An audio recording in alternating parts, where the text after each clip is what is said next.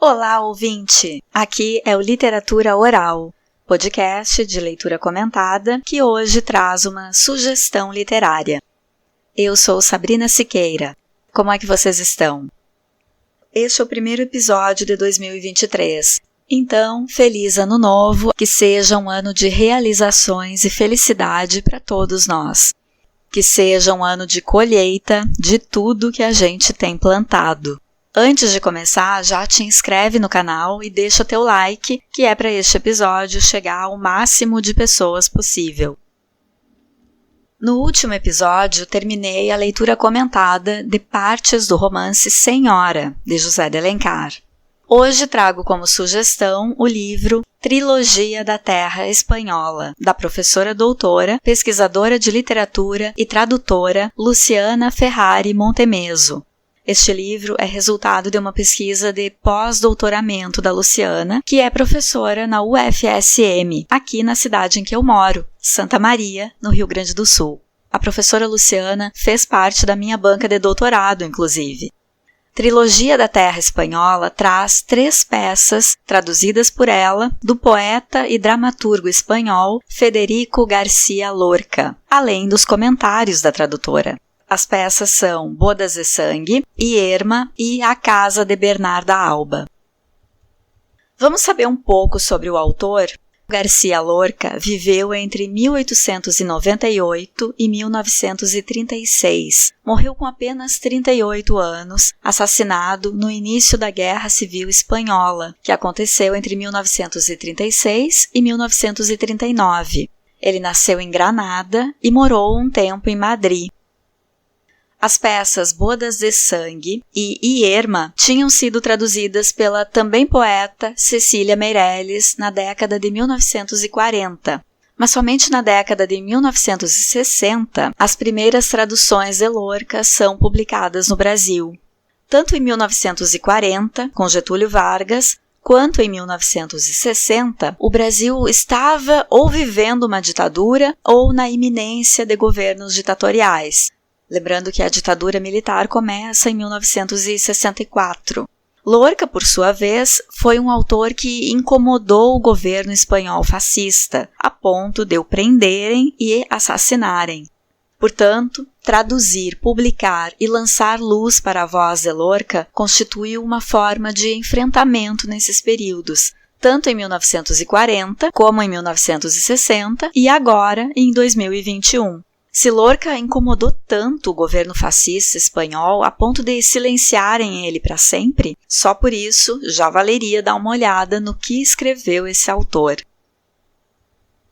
Ele nasceu numa família que tinha posses. Depois de uma viagem em 1929 a Nova York e Cuba, retornou à Espanha com um olhar crítico em relação às desigualdades sociais no seu país. Lembrando que 1929 é um ano de crise econômica nos Estados Unidos. Quando ele retornou à Espanha, Lorca passou a prestar mais atenção nas terras nas mesmas famílias desde a Idade Média, nos casamentos arranjados para manter a propriedade sempre nas mesmas mãos, no servilismo dos pobres, quer dizer, numa série de problemas que acometiam a Espanha há anos. Aí ele passa a escrever enfatizando aspectos negativos da sociedade espanhola. A obra de Lorca é extremamente poética, mesmo as peças são carregadas de poesia e são também carregadas de música. A gente tem a presença de música, de canções nas 3 peças aqui do Trilogia da Terra Espanhola. Lorca fez parte de um grupo de escritores e artistas que ficou conhecido como a Geração de 27, que denunciavam com sua arte o obscurantismo da Espanha em relação a outros países europeus. E é nesse período de tomada de consciência de que a arte pode ser aliada da crítica social e dessa forma ajudar o povo a conhecer sua história e lutar por seus direitos, que Lorca escreve as 3 peças traduzidas aqui em Trilogia da Terra Espanhola. Bodas de Sangue é de 1933 e é a peça que fez Lorca ficar famoso na Espanha. Irma é de 1934 e faz uma crítica contra o catolicismo. A Espanha é ainda um país muito católico, e com essa peça, Lorca passa a ser considerado um inimigo dessa instituição, que é uma das mais tradicionais do país. Quer dizer, ele estava mexendo num vespeiro, né? A Casa de Bernarda Alba foi finalizada 1 mês antes do assassinato do autor. Ele não chegou a ver a peça encenada, portanto. Em Trilogia da Terra Espanhola, a pesquisadora Luciana Montemeso levanta essa questão de por que traduzir novamente peças que foram traduzidas com competência para a nossa língua. E a explicação da autora diz respeito às variações pelas quais a língua passa. Diferentemente das obras originais, as traduções envelhecem, ela explica. E isso porque a língua é dinâmica e mutável. A gente não fala hoje como nossos avós falavam, não é verdade? E especialmente a linguagem do teatro depende da empatia do público para se efetivar durante o espetáculo. E essa empatia, esse entrosamento, acontece também pela linguagem verbal. Outra explicação da tradutora é que as peças foram escritas num período em que a Espanha era predominantemente rural. Para que o público de hoje entenda melhor os conflitos em que estão presas as personagens, entenda seus costumes e tradições, para ajudar o público a alcançar a força poética e dramática do texto original de Lorca, é importante que a linguagem da tradução seja atualizada. Um diferencial do Trilogia da Terra Espanhola são as notas, os comentários críticos à autora, que nos ajudam a situar e entender muito melhor o texto de Lorca. É a primeira vez no Brasil de uma publicação dessas 3 peças juntas e com uma introdução crítica, que é fundamental para o bom entendimento do leitor contemporâneo. A tradução da professora Montemeso funciona de forma a lembrar o leitor de que ele está diante de um texto ambientado na Espanha do início do século XX. E ela chama atenção para o sentido diferenciado que as peças adquirem quando lidas assim, em conjunto, uma na sequência da outra. A importância das traduções e dos tradutores dispensa explicações. A gente que gosta de literatura sabe disso. Todo o nosso aplauso e nosso agradecimento aos tradutores. E por falar em Cecília Meirelles, que foi tradutora de Lorca também, o LO tem o episódio 23 com o Romanceiro da Inconfidência. Se tu não ouviu ainda, depois de escutar este episódio, corre lá, escuta e deixa teu like. Então, Trilogia da Terra Espanhola reúne pela primeira vez no Brasil, traduzidas para o nosso português, as peças Bodas de Sangue, Irma e A Casa de Bernarda Alba juntas e com comentários críticos. Montemeso explica que as 3 peças possuem elementos comuns que permitem definir esses textos como uma trilogia. Essas 3 peças mostram personagens femininas fortes, que moram em aldeias ou povoados pequenos. São mulheres oprimidas pelas tradições desses lugares, marcados por códigos de conduta patriarcais e obsoletos. Luciana cita outro pesquisador da obra de Lorca, Mário Gonzalez, para quem é como se Garcia Lorca tivesse escrito uma única tragédia com essas 3 peças, em que é ressaltado justamente o feminino. Na página 15 de Trilogia, Luciana cita Gonzalez falando dessas personagens femininas de Lorca. Abre aspas. Mulheres em geral que são destruídas pela sociedade transfigurada em aldeia, na maioria dos casos. Aldeias fechadas, onde se instalam as coordenadas de verdadeiros infernos. A forma dominante desses infernos costuma ser o casamento, que se torna contraditoriamente esterilizador do indivíduo. E aí as mulheres não são apenas vítimas, são cúmplices e carrascos de si mesmas, na perpetuação do código estabelecido pelo homem. São mulheres para as quais restou apenas um tempo, o da espera do nada, prisão em que se consomem sua capacidade de amar e sua vocação de liberdade. Ainda na página 15, a autora comenta: não só o ambiente comum, os pequenos vilarejos andaluzes, mas também os temas relativos às normas sociais e familiares, à solidão humana e ao desejo de liberdade são constantes nas 3 peças. Andaluzes aqui, pessoal, se refere à Andaluzia, região do sul da Espanha, onde fica a cidade de Granada, que é a terra de Lorca. Na página 16, a autora fala de como a honra é abordada nas peças. Abre aspas. A honra, compreendida como uma imposição familiar, cobrada da mulher no espaço privado, evidente em Irma, e defendida pelo homem no espaço público, preponderante em Bodas de Sangue, e a opressão patriarcal que silencia os desejos de realização pessoal, destacada em A Casa de Bernarda Alba. Montemeso fala ainda sobre símbolos que se repetem nesses textos, que Lorca escrevia de forma poética e colocava muita informação em símbolos que se repetiam. Abre aspas. Cada peça possui um símbolo primordial e outros vários. Os símbolos primordiais são o sangue, em Bodas de Sangue, a terra, em Irma, e a casa, em A Casa de Bernarda Alba. Vamos saber um pouco mais sobre as peças?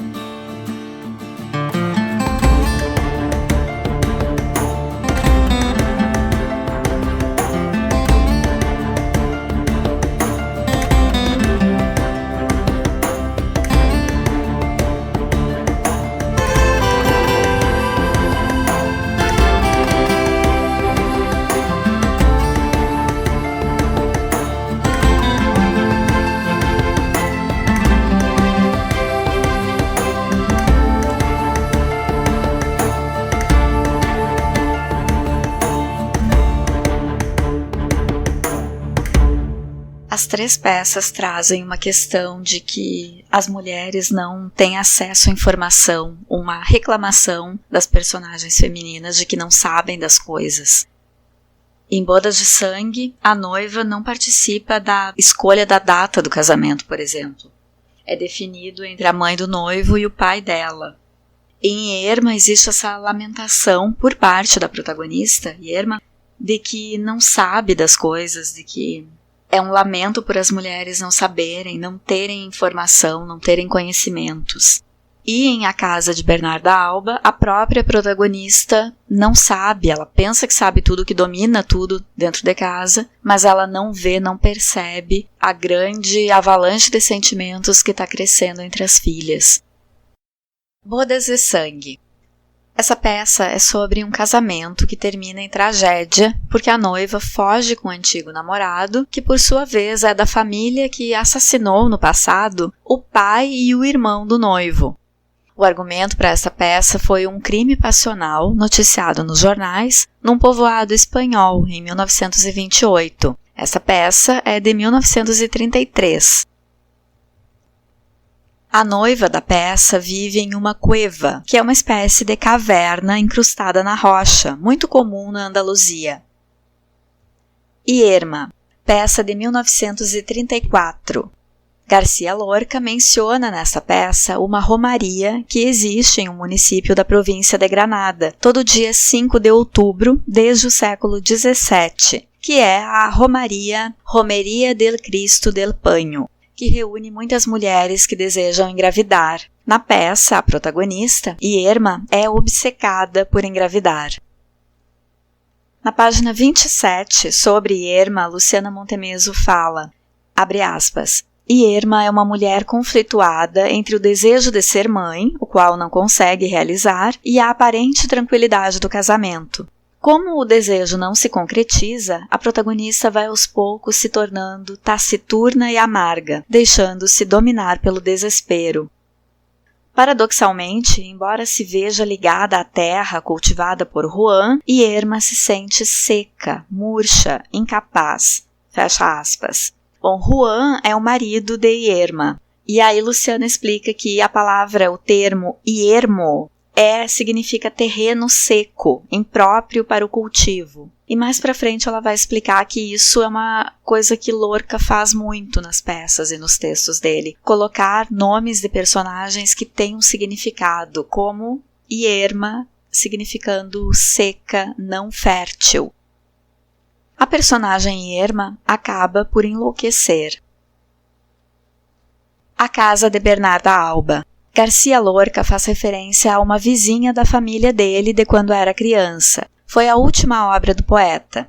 A protagonista, Bernarda Alba, é a matriarca de uma família com 5 filhas e estão todas elas, além da mãe de Bernarda e das criadas, trancadas dentro de casa, iniciando um luto que deve durar 8 anos pelo segundo marido de Bernarda. O conflito acontece em função do noivado da filha mais velha, Angústias, com um homem mais jovem que ela e que é cobiçado pelas irmãs. A peça inicia e termina com a protagonista dizendo a palavra silêncio. Na página 31, Montemeso explica, abre aspas, a extrema vigilância no comando da casa e da família, aliada à preocupação com as tradições e a propriedade, fazem de Bernarda uma representação da elite rural espanhola, alvo preferencial do teatro lorquiano. A intolerância é talvez um dos traços mais marcantes da matriarca, que justifica suas ações, uma vez mais, pela honra e imagem da família perante a sociedade em que está inserida. Por isso, o luto, por isso, o silêncio. Devido a tais características, a Casa de Bernarda Alba passou a ser vista como uma metáfora da Espanha anterior ao franquismo. Era preciso fortalecer as bases da tradição à força de autoritarismo, ainda que para isso fosse necessário tolher as liberdades individuais. Assim como fazem o Estado e a Igreja, Bernarda cerceia a liberdade de suas filhas, representantes do povo, reprimido e assustado, incapaz de enfrentar o sistema que o sufoca, embora desejoso de mudanças e liberdade. Esconde sua mãe e oprime as empregadas. Fecha aspas. Então vejam como Lorca se utiliza de metáforas nas peças para falar, na verdade, da situação de opressão e exploração do povo espanhol. Ainda na página 32, abre aspas, a Casa de Bernarda Alba é um exemplo do processo de articulação entre público e privado, com vistas a dominar as individualidades em nome da tradição que sustenta o poder econômico nas mãos de um determinado grupo. De maneira análoga ao que ocorre na ficção, a sociedade espanhola estava muito próxima de um conflito que acabou por levar ao silenciamento dos indivíduos, a guerra civil e a consequente ditadura franquista, que vigorou por muito tempo na Espanha, né? Fecha aspas, então. As criadas de Bernarda falam sobre não possuírem terra num determinado momento da peça, sobre não terem nada. Uma delas, a Pôncia, fala que os pobres só têm as mãos e um buraco na terra da verdade. A Pôncia diz, nós temos nossas mãos e um buraco na terra da verdade. E a outra criada responde, essa é a única terra que deixam para os que não têm nada como nós. E aí na página 44, Luciana explica, tal afirmação aponta, uma vez mais, para um dos temas mais atacados por Garcia Lorca, a necessidade de uma distribuição mais igualitária de terras por meio de uma reforma agrária, inicialmente implantada pela República, e que se tornou um dos motivos principais da reação fascista. Fecha aspas. Isso de um buraco na terra da verdade me remete ao buraco no chão para o sepultamento. E isso de o pobre só ter um pedaço mínimo de terra quando morre me remete à Morte e Vida Severina, poema de João Cabral de Melo Neto, brasileiro, de 1955. No poema, Severino é um retirante e nas suas andanças assiste a um funeral de um lavrador. É uma parte do poema que fala na reforma agrária que nunca aconteceu no Brasil, na injustiça, na distribuição de terras, nos trabalhadores que passam a vida trabalhando na terra dos outros e só têm de si o pedaço de chão no qual são enterrados. E diz assim, abre aspas, esta cova em que estás, com palmos medida, é a conta menor que tiraste em vida, é de bom tamanho, nem largo nem fundo. É a parte que te cabe deste latifúndio. Não é cova grande, é cova medida. É a terra que querias ver dividida. fecha aspas. E por aí vai o poema, um poema longo do João Cabral de Melo Neto. Me parece que Garcia Lorca e Melo Neto estavam em sintonia nesse assunto da reforma agrária. Bom, das 3 peças, essa foi a que eu mais gostei, A Casa de Bernarda Alba. Destaque para a importância que a protagonista, Bernarda Alba, dá às aparências, mais até do que para o bem-estar da família. Ela é ao mesmo tempo algoz e vítima de um sistema patriarcal de organização social. Em Trilogia da Terra Espanhola, a professora Montemeso reproduz um artigo do também pesquisador Mário Gonzalez, da USP, sobre Lorca. E o título do artigo dele é Federico Garcia Lorca, Palavras em Pé. E eu quero comentar com vocês algo que foi a primeira coisa que me chamou a atenção no livro, que tem na capa a assinatura do Lorca. E a letra dele me chamou muita atenção. Ele foi um poeta que desenhava, tanto que o livro traz algumas gravuras dele. E a letra, a caligrafia do Lorca, é muito peculiar. Pelo menos a assinatura é. Todas as primeiras letras de cada palavra, as letras maiúsculas, então o F de Federico, o G de Garcia e o L de Lorca, elas são desproporcionalmente altas, compridas, em relação às demais letras das palavras. Parece que essas letras iniciais lançam uma sombra de torre sobre as palavras, cercam e sitiam o restante do nome, como a família de Bernarda Alba, sitiada dentro de uma casa cercada de muros. Por outro lado, uma torre, nos castelos medievais espanhóis, era ponto de observação para a proteção do que estava atrás da torre. Então parece que a assinatura de Lorca mostra, ainda que inconscientemente, um empenho em se mostrar protetor ou ciente da necessidade de ser protegido do conteúdo que esse nome guarda e revela. No artigo de Gonzalez, ele fala sobre Lorca ser um dramaturgo capaz de levar ao povo uma forte mensagem libertária. O próprio Lorca teria definido seu teatro como sendo a poesia que se levanta do livro e se faz humana. Na página 59 lemos, abre aspas, a obra dramática de Garcia Lorca implica permanentemente em sua totalidade a necessidade de que o leitor, espectador, não se limite à simples leitura de uma fábula representada em seus acontecimentos. Lorca omite a representação de muito desses acontecimentos. O que importa não são os fatos, porém o seu significado. O teatro de Garcia Lorca consiste fundamentalmente na procura de uma linguagem dramática adequada à formulação de um conflito básico, o enfrentamento da liberdade individual com o autorismo institucional da sociedade enrijecida. Fecha aspas.